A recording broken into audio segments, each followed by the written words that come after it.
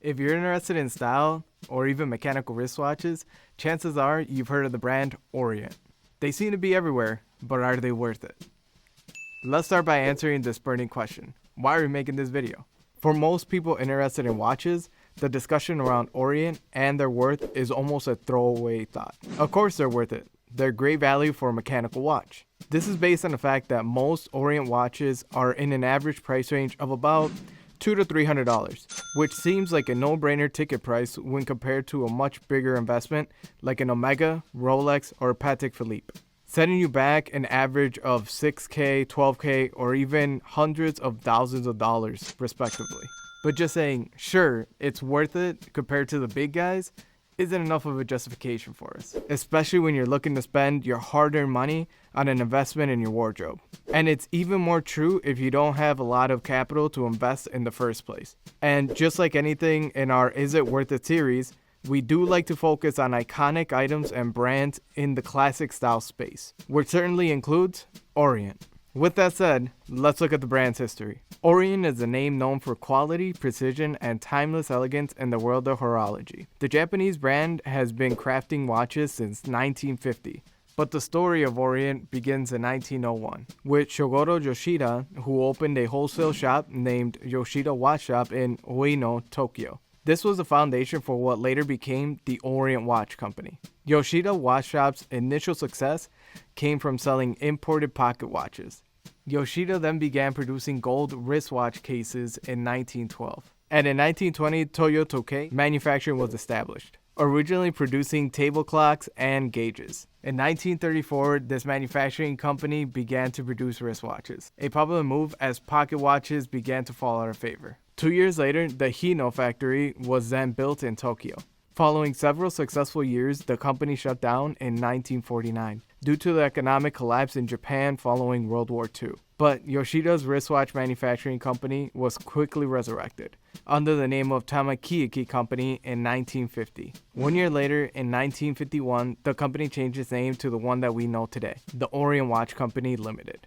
It was in the same year that the first Orient Star watch entered the market. Following a trade agreement with China in 1955, Orient was able to broaden its reach overseas. This allowed the company to innovate, and the Royal Orient went on sale in 1960. In the following decades, Orient would go on to release many important mechanical wristwatches.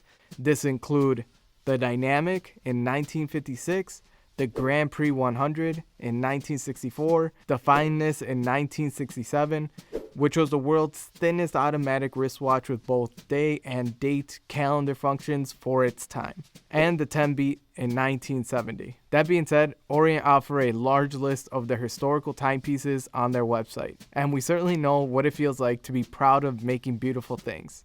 What makes Orient impressive is its relatively low public profile, but ability to survive and thrive. For example, many of the major watch manufacturers were quaking in their boots in the late 1970s and 80s, fearing the mechanical watch was dead with the advent of quartz and digital wristwatches. But Orient kept on quietly ticking away. Oh man, these Preston puns happen easier than you think. As the brand entered the 21st century, it was well known for its commitment to mechanical watchmaking. In 2001, one of three core companies in Seiko Group, Seiko Epson, purchased 52% of Orient shares, becoming the majority shareholder of the company. Orient Watch became the wholly owned subsidiary of Seiko Epson in 2009. After transferring its business to Epson, the company now exists as a dormant company. Epson Sales Japan Corporation markets the Orient watches, and Akita Epson Corporation manufactures them. But there are a few more important dates surrounding those events. In 2003, the Orient Technical Center, or OTC, was established, and the assembly of luxury watches began in Ugo, Ogashi, and Akita, Japan.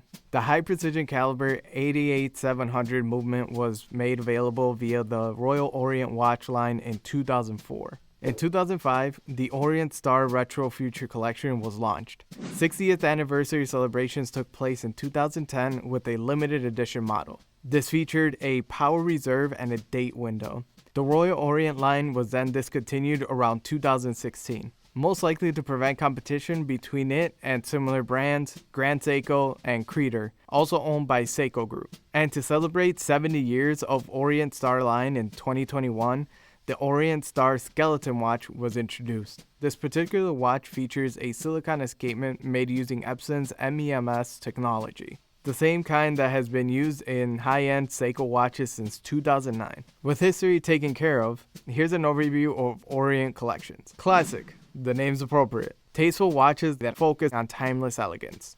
Bambino, similar to the classic collection but with a far more vintage aesthetic to them. Sport, mostly dive watches, but this is the collection for those who enjoy a practical, more functional watch. Mako, exclusively divers watches focusing on an accessible in-house movement. For an in-depth review of a single watch, let's dig into one from my own personal collection. My personal Orient watch is a 3-star stainless steel silver dial day-date automatic. This watch features an automatic movement. It has a case diameter of 40 millimeters, a lug width of 10.8 millimeters, and just for reference, my wrist measurement is of 7 inches. I did have to really adjust the watch for it to fit my wrist the way that I wanted. I do not like to have a ton of wiggle room in my band and love for my watch to stay in place even when I raise my hand. Additional features of my Orient watch: it is waterproof up to 30 meters, but I usually try to keep it away from water. It is not shockproof, and it does have a date window, and it does have the day, and it does have the option to have it in Spanish. It also has gold tone hands and markers. I've had this watch since 2021. This watch has performed great. It is probably one of my go-tos in my watch collection. I get a lot of wear out of this watch. I wear it at least once or twice a week. I was in Colombia one year and I was walking by an Orient store and I saw this watch in the window and I really liked it. I was attracted by the face and the simplicity of the watch. This watch fits perfectly with my collection because it was one of my first watches with a metal band. I like to wear this watch both casually and dressed up. Its simplicity and aesthetic gives off a luxurious appeal that does well with any style. I don't find any difficulty pairing this with any style that I tend to wear. It fits well with just about anything. If I were to create 3 outfits around this watch, I would wear this watch for a formal gathering like our GG Belvedere Bash. Number 2, I would wear this watch with a sport coat, some denim, and a pair of sneakers. And lastly, I would wear this Orient TriStar watch with a pair of denim and a button-down shirt, keeping things very casual. So, the big question: is an Orient watch worth it? I believe this watch is for all watch enthusiasts that want an affordable automatic watch at a great price. It is versatile and looks incredible. In general, the Orient brand represents a fantastic ratio of build quality to price.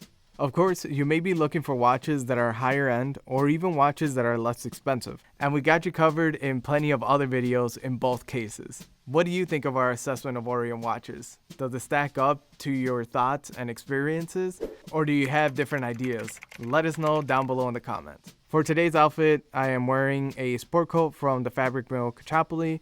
I absolutely love it. It's an unconstructed jacket, has patch pockets to it. It's perfect to pair with a pair of denim. So that's exactly what I did. And because it's starting to feel a little bit better in Minnesota, I decided to wear it with a pair of cream or off-white denim. And my shirt is a Oxford light blue shirt.